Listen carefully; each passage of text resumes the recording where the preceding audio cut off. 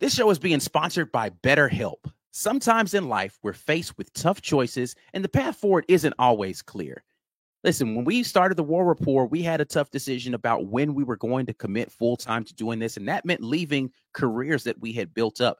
And whether you're dealing with decisions that are right around the corner, relationships, or anything else, therapy helps you stay connected to what you really want while you navigate life.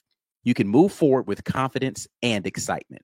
Trusting yourself to make decisions that align with your values is like anything. The more you practice it, the easier it gets. We all need people to help us talk through tough choices that we have in life, whether that's friends or family. But if you don't feel like you have someone around you to do that, or even if you do and you want to get a different, fresh perspective, and you're thinking about starting therapy, give BetterHelp a try.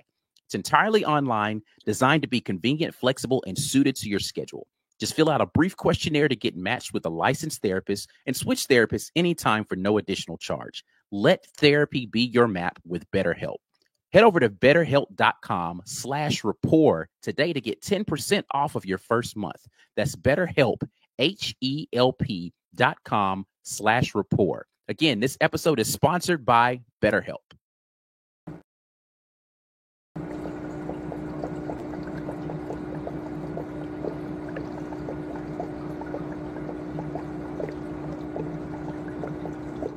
What's up, and War Eagle War Report family? You got Ike Jones. We are here today talking a little bit about the tight end position. Could this be another breakout year for the tight end? You know how we do. We got to talk about it this morning right here, War Report style. Let's drop it on them.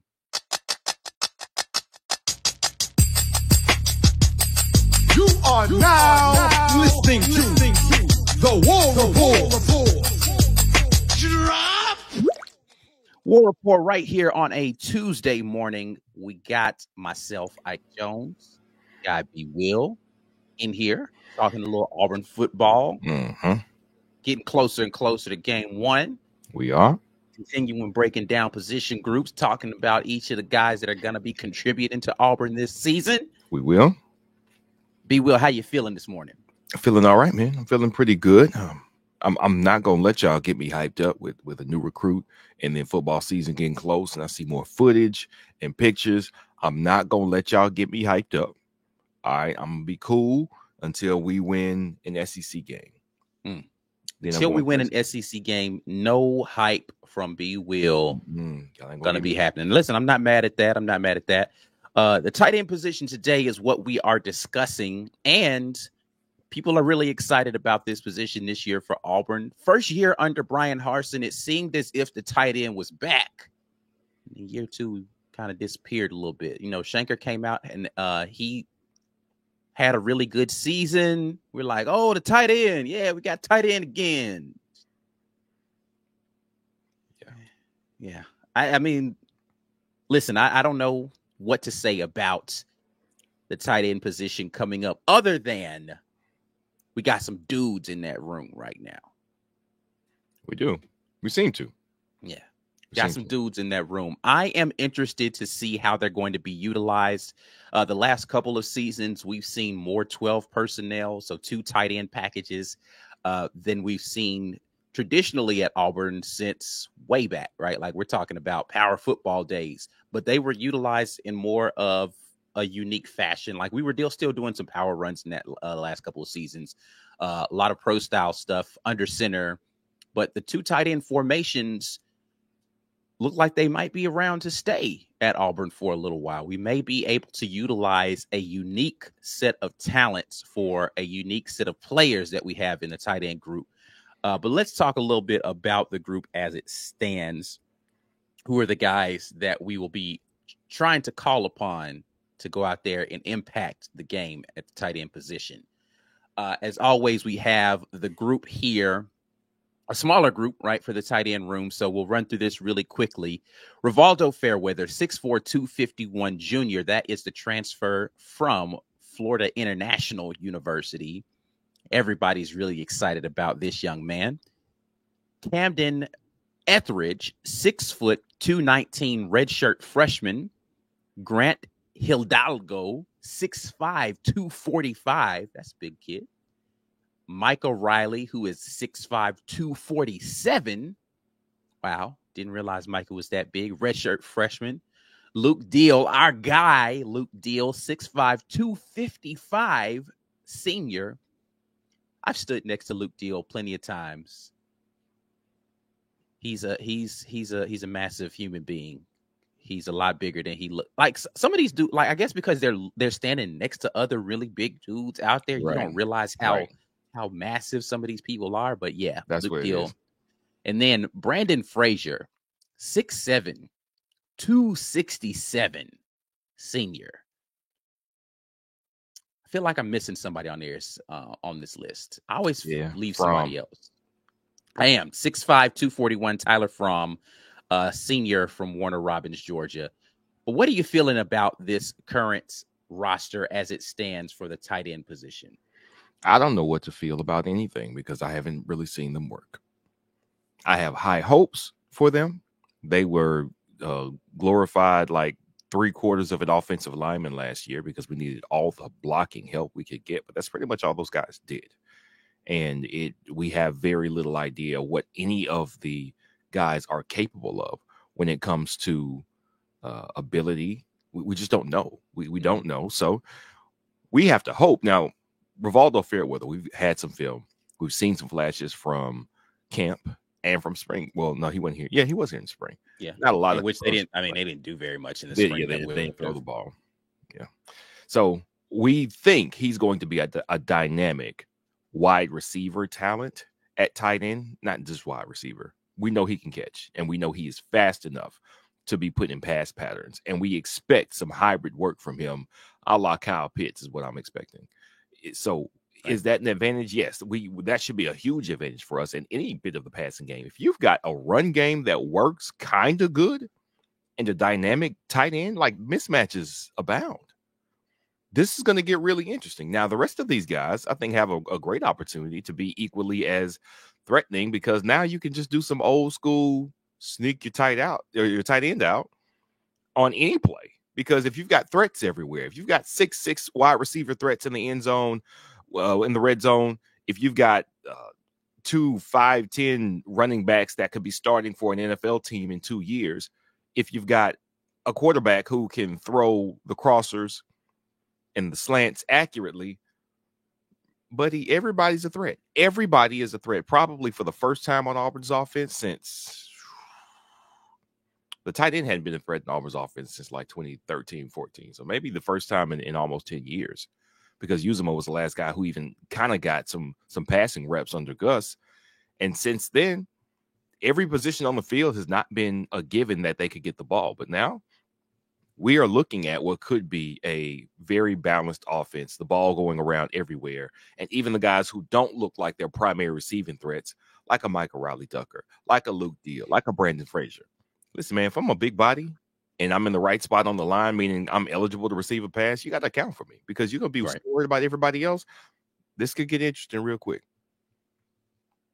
Yeah, it's going to be interesting because I think that in the systems that have been run from our head coach and our offensive coordinator, they've been utilizing the tight end for a lot of different things. And I think the unique ability of these tight ends as pass catchers, they're going to actually utilize them, split wide, right? Like you saw that a lot from the Ole Miss offenses that were under Coach Hugh Freeze, where, if you got a guy who can go out there and they can challenge lined up as a slot receiver, then they'll put him out there lined up as a slot receiver. It's not just going to be, as you said, a glorified additional offensive lineman. We're going to use those guys to block for sure, but they're also going to be threats in the passing game. So I'm looking forward to seeing the variety of ways that they're going to deploy this bevy of talent. The guys, of course, that you've heard a lot about, we've talked about Rivaldo Fairweather, the speed that he has at 6'4", 251 is going to be a problem for a lot of people because if you're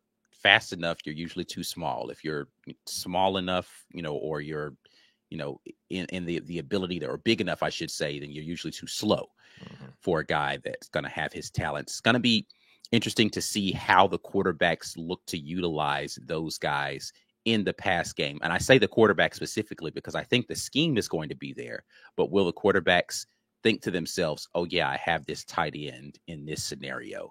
Because sometimes that's the problem. It's just you're not used to looking in certain places. Right. I know that we've had quarterbacks in the past that, or really the scheme in the past that just didn't utilize the middle of the field, right? We just weren't threatening anything between the hashes. But we have to get into a place where that's something that we're looking to utilize a little bit more often. I am often remiss in saying how we misutilized one Sal Cannella when he was here as a pass catcher. Yeah, watching Sal Cannella go out there and actually eviscerate people, you know, and again, I know it's not the NFL, but USFL, if he could do it at the USFL, he could do it in college. Right? The guys at the USFL aren't worse than collegiate players. Most of them were just below NFL caliber talents. So they would have been some of the better collegiate players. Right. And he was out there making them dudes look silly consistently. He did, which means he could have been doing it in college. Yeah. I see the chat saying he just got signed. I don't think he got drastically better when he got to the USFL. I mean, he may have improved some, but I just think Sal Cannella was misused. He was a guy that could have been especially in an offense that needed reliable pass catching targets. Right. Sal Cannella was underutilized at Auburn. I don't think we are in a position where Rivaldo Fairweather is going to be misutilized at Auburn. No, we won't be. I don't think that'll be our problem. Underutilization of pass targets will not be a problem with Hugh Freeze as the head coach at all. That won't be a thing we have to worry about here. Now, I do wonder, though, how much of the other guys are going to get some opportunities to catch some passes. Again, I think because everybody should be a threat. It looks like we've got a true outside receiver in Shane Hooks that's going to be a threat to make all kind of ridiculous catches. You just one dude out there that can do that. Defenses are starting to look differently at you and thinking really hard about how to cover you. We already know the run game is going to be crazy, though. We already know, like, just the run game by itself being good opens up many other things. The run game and a deep threat. Oh, my goodness. Like that, any one of these things being good, whether it's a dynamic tight end, I mean, the Saints and Jimmy Graham, if it's an outside receiver, just one. Look at what Stephon Diggs did for Josh Allen and the Bills. Or if it's just a run game that's just, you can count on it time after time after time. Derrick Henry and the Titans. There are offenses completely built around one thing being really, really good. And it works. Now, they're not going to go undefeated, but you're talking about I can win the majority of my games? Yes, I can win more games than I lose if I have an offense that makes sense built around this one string. You give me 2 or 3 of those? Ooh, buddy. Yeah, listen, when you have something that you can punch with or a consistent punch that you can go to, and it's a winning punch, then your goal is just to develop a very good counter punch because people are going to be looking for that. And it's like, all right, if I throw this and you figured out how, so what am I going to counter with? Usually that's going to win you a vast majority of games right there. Yeah. You have a winning punch and you figure out how to counter punch with it, you're going to win a lot of games. I want you guys to do some stuff for me. Throw our hashtag and our stream out there to people. Get them involved in the conversation if you haven't already.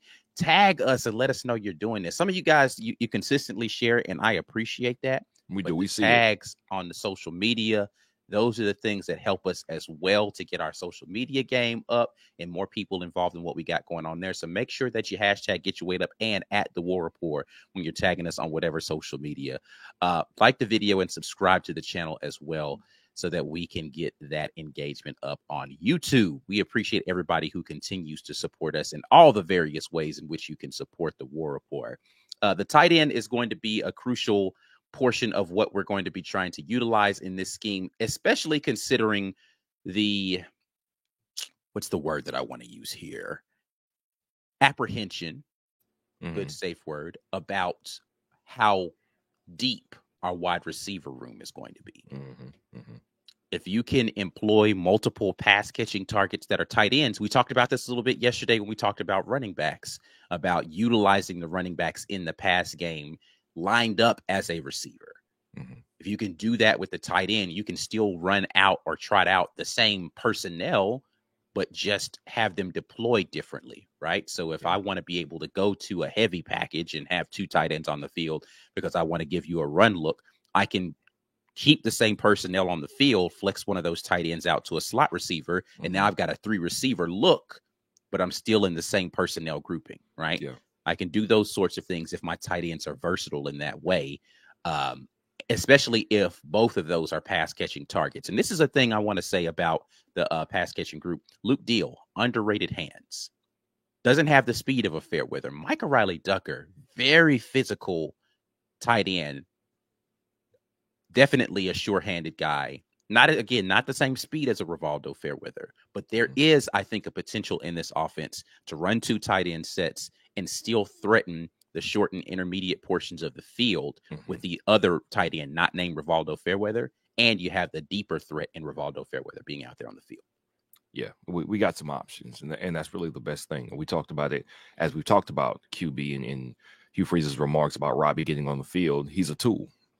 He's a tool that you got in your tool belt, and you can attack however you want to attack. You can switch some things up. You can show and deploy these guys here, and the next time you're out, when they're ready to stop the guy you deployed last time, you deploy another guy. Having options is always going to give you the upper hand. Having options that you can count on. Now, one thing I would worry, I don't say worry is too strong a word. You have to get these guys working in your offense. Like that has to happen. Like, I don't know if there are enough snaps in practice during the week to really get these guys lathered up to the point where now it's muscle memory. This is something that we saw over and over and over again with Gus offenses. Was early in the season, we didn't look nearly as good as we looked later in the season. Gus had a lot of quirks to his offense. He figured out what they could do. He had them do things. Even the way the quarterback stood when he handed the ball off, depending on what the call was and how he wanted to affect the defense. It was particular. But you got to get used to doing that stuff. Right. Everything started working better. Everybody got in the rhythm. People stayed healthy enough, which is a really big part of that continuity. Thank you, John Brennan. Of everybody actually having their opportunities in the offense to see it working, have it work, and get better at it. Will we have enough snaps early for all of the tight ends, not just Fairweather? I think Fairweather is probably going to be on the field for almost every offensive snap, unless we just do what would be really cool is throw like a curveball and go 2 hot tight ends on the offensive line and really just mush people. Just to run the ball down people's throats. They think we're about to come out here and sling it, but just against a quality defense that's not expecting it. You know what I mean? You just come out here and do something different. But anyway, being able to get all those guys on the field and find them snaps in the first 3 weeks. The first 3 weeks, I think, set up really good for us. Even though the road trip isn't against a quality opponent, it's still a road trip. It's still a road trip against a Power 5 opponent, and it's better than a UMass. UMass, you can kind of run through them a little bit. All right, Cal, maybe you can't run through them a little bit. That's fine. Who are we going to see get those snaps? Because those are important snaps. Those are, I'm facing some resistance. Hey, this corner here is going to be probably 3 inches and a couple of tenths of a second faster. That's a better cover. So now we get our wide receivers some quality work, some tighter windows for our quarterbacks to throw into. And the same thing with our tight ends. You're going to be pushing up against some guys that have some next level potential. They might not be a great team. You get those snaps. You come back. You get to fine-tune what you found out about your team. In those 3 games, will these tight ends get the reps and the snaps to start feeling comfortable doing what they're doing? Because it's still going to be something different for a lot of these guys. For all of these guys. What am I kidding? Nobody came here with Hugh Freeze from Liberty on offense. So all these guys, it's going to be brand new. I wonder if they find enough snaps for all these players to get comfortable now before we see that SEC competition with Texas A&M. Yeah, I mean, it's going to be about making sure that we get out to big leads early in those first couple of games so that we can get reps for more people, because we don't want what happened, unfortunately, in the previous tenure where you're being challenged by the opponents that you should be walking over, and therefore you've got to keep your starters in for the vast majority of the game just to be able to secure the victory. Right? You don't want to be in a dogfight with UMass or Samford. That was the sign, wasn't it? We were struggling with San Jose State. We should have known then. Should have known. Anyway, the tight ends are maybe a signal that we'll have some better help out there for the quarterback. And again, this show is brought to you by BetterHelp.com. Head over to BetterHelp.com/rapport and get 10% off of your first month. That's BetterHelp.com/rapport. This episode is sponsored by BetterHelp and as well as always sponsored by the good folks at the Rogue Shop. Head over to RogueShop.com and using code rapport, and they will get you a little something off of your purchase. Rogue Shop is America's #1 online dispensary. Got my package coming today. Got my Rogue Shop on the way, ready for the season. Indeed. I'm hoping that it's not going to be an anxiety-filled season, but if you do get stressed about Auburn football, inevitably there is going to be some stress and some anxiety. Rogue Shop has a little something to help you out. We are thankful for the good folks at RogueShop.com. We're going to head over to the comment section to talk to you all, see what you all are buzzing about this morning. We'll get everything kicked off today with Corey Weber, who says Fairweather is him. I'll go out on a limb and predict he finishes second in receptions and first in touchdowns this season. Ooh, that's not a that's not a bad prediction there. That's not a bad prediction. I'd be pressed to disagree with that, Corey. Fairweather looks like a special athlete at tight end, and if his hands are as good as his running ability and ability to create mismatches is, then leading in touchdowns will be easy. He'll be an easy target. He'll be the safer target for whoever the quarterback is on when they're on the field. So yeah, I'm hoping we see what we think we're seeing in preseason practice and scrimmages. I hope we're seeing that, and when the season comes as well. Yeah. I don't think that physically the challenges are going to be there against a team like UMass. No disrespect to them. It's just, it shouldn't be. The question is going to be whether or not we're on the same page, right? Right. Yeah, because going out there and doing it in practice or in scrimmage is not the same as when the other team, the defensive players on that defensive line are actually trying to hit your quarterback, not pulling up off of them, right? Mm-hmm. And those DBs are out there. I don't think the DBs care in practice whether or not they want to get the interceptions they want, but it's going to be a little different when they don't know what's coming. Are you guys going to be on the same page and seeing the same thing? You haven't seen the same looks defensively over and over again. Though I hear Coach Ron Roberts has been trying to mix it up a lot in practice to give them some different looks and have some different challenges of what they're trying to see up front. But it's going to be different, right? And so how quickly are we going to be able to get into the groove and figure out what the defense is trying to do and make the adjustments? That's something that I'm going to be looking forward to see in these first couple of games. If there's any resistance, how do we challenge our team to get a little bit better and make tweaks to change things? But yeah, in regards to Fairweather, second in receptions, that's the one I question. More touchdowns than anybody else, I could see that one. I can see that one. AU Alum 94 says Fairweather has certainly been mentioned quite a bit this fall. No lies detected there. A lot of mentions of Rivaldo Fairweather and what he could potentially be in this offense. He's a talented guy, so there's no reasons to not mention somebody who is that size that moves that quickly. He's a matchup problem, and if you've watched any film of him at FIU, then you would see he's got some acceleration to him. And he is moving big for a guy his size. That's not he's moving big relative to people at that level of football. No, he's just moving. Watch the amount of yardage it takes up in the clip. Forget about, whether or not other people are running as fast as him. Just look at how fast he's going. Right. And get him ball in space against some guys that are a little slower, maybe a safety that's not as fleet of foot as an outside DB or a tight end, but a linebacker in coverage. Mm-hmm. Yeah. And see if he can create that same kind of thing. There are going to be some linebackers in this league that can run with him, right? Yeah. And there are going to be some safeties in this league that can run with him. The question is whether or not he's going to be bigger than those guys. Right. For sure. Haley jumps in and says, I always give Auburn the opportunity to hurt me during football season, no matter how much I try not to get my hopes up. This is what fandom feels like. Yeah, me too. Me too, Haley. This is me protecting myself, so we can at least start the season without me getting too hyped up. I'm trying to realistically. I think we all know that Texas A&M is our first real test of the season. Any losses or tight games before Texas A&M, that's a huge red flag. All right, Texas A&M is like, all right, on the road, quality opponent, not a quality coach, but that's another story.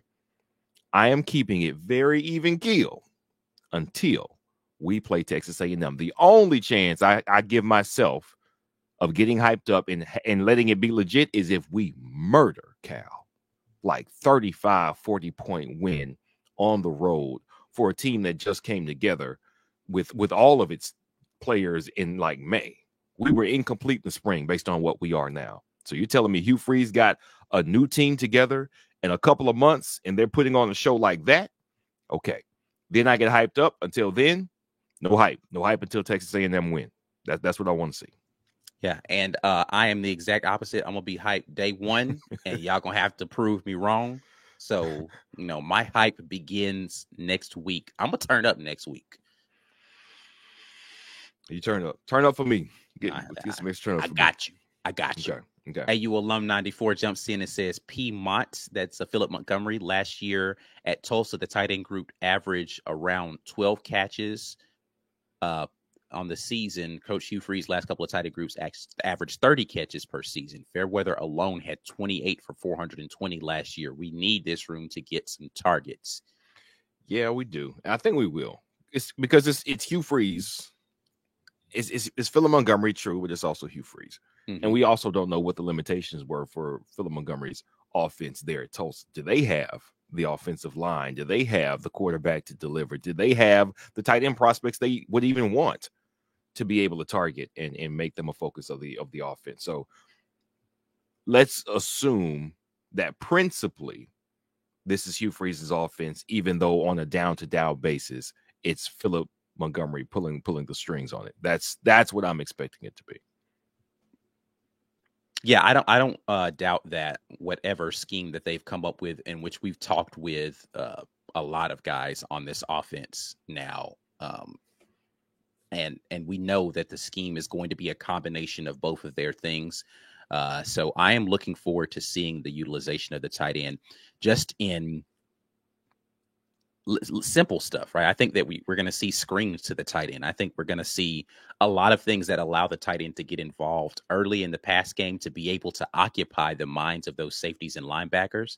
And then that'll open things up on the outside and even with the run game, because if you're thinking, okay, this tight end may leak out into the flat, I got to make sure I got my eyes there. That makes you a little slower to react to the run. So there are just a lot of things that you can do to keep defenses off guard. Yeah.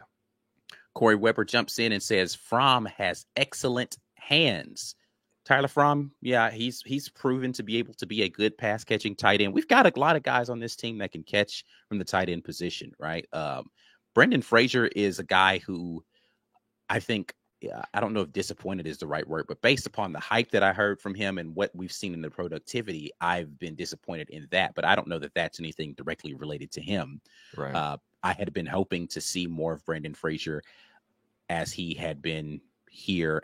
Tyler Fromm as well. I don't think that we've seen the best of Tyler Fromm yet. And, we're running out of opportunities to see those guys because they are losing eligibility every season. So hopefully we will get an opportunity to see them. But I don't know how you do with Fairweather and Deal and Micah Riley out there. Mm-hmm. Those seem like the first three guys that are going to come and get some significant snaps in this offense. But I do think the other guys can play some key snaps for this team if called upon. Mm-hmm. Last one here we'll go is Ant Robinson. Fairweather may have 800 to 1,000 yards this season. Safety blanket who can break for big games with 10 plus touchdowns. So predicting 810 touchdowns from Rivaldo Fairweather. There is Ant Robinson. The only reason I say that's a little high is because if we look at what Hugh Freeze's quarterbacks typically throw for, what Peyton Thorne has thrown for in his past, and also what the running back room can do, there aren't enough yards to go around for an 800 to 1,000 yard receiver, for the dump downs that we're going to have to running backs, for the yardage. We should be calling runs for our running backs because I still think that's going to be the thing that works best on our offense. and have 800 to 1,000 for Fairweather. Now, TDs is a fair point. I think he gets those TDs. That doesn't mean it's going to be big yardage, though. I think he'll be more of a security blanket, safer touchdown throw than some other touchdown throws will be. But if we have another breakout wide receiver, man, we're going to have another place to spread it out to. All this is great, but I think how much we should be able to spread it around will have his total yards of receiving yards down under 800. Yeah, I would be surprised if it's up to 1,000. If he is closer to 1,000, he is definitely the leading or second leading receiver on this team. Yeah. And I just don't know for sure that that's going to be a thing, but I would love to see a tight end be able to do that at Auburn, especially if there is a receiver who has more receiving yards than him. If he's up, 8 to 1,000 and somebody else eclipses 1,000, then we have a prolific pass offense. And I know that our running backs are going to do their thing. So that's a dynamic offense in any season. And looking forward to being able to say that that's a thing for Auburn. All right, we are going to get out of here. We appreciate you guys dropping in with us. As always, this segment sponsored by RogueShop.com. Make sure you get your orders in using code RAPPORT over at RogueShop.com, America's #1 online dispensary. We'll be back with you all tomorrow with another morning drop right here on the War Report. Make sure you tell a friend to tell a friend. Like the video before you get out of here. Subscribe to the channel. Share the video with somebody. We'll holler at you guys the next time. Until then, and as always, War Eagle. Peace. Peace.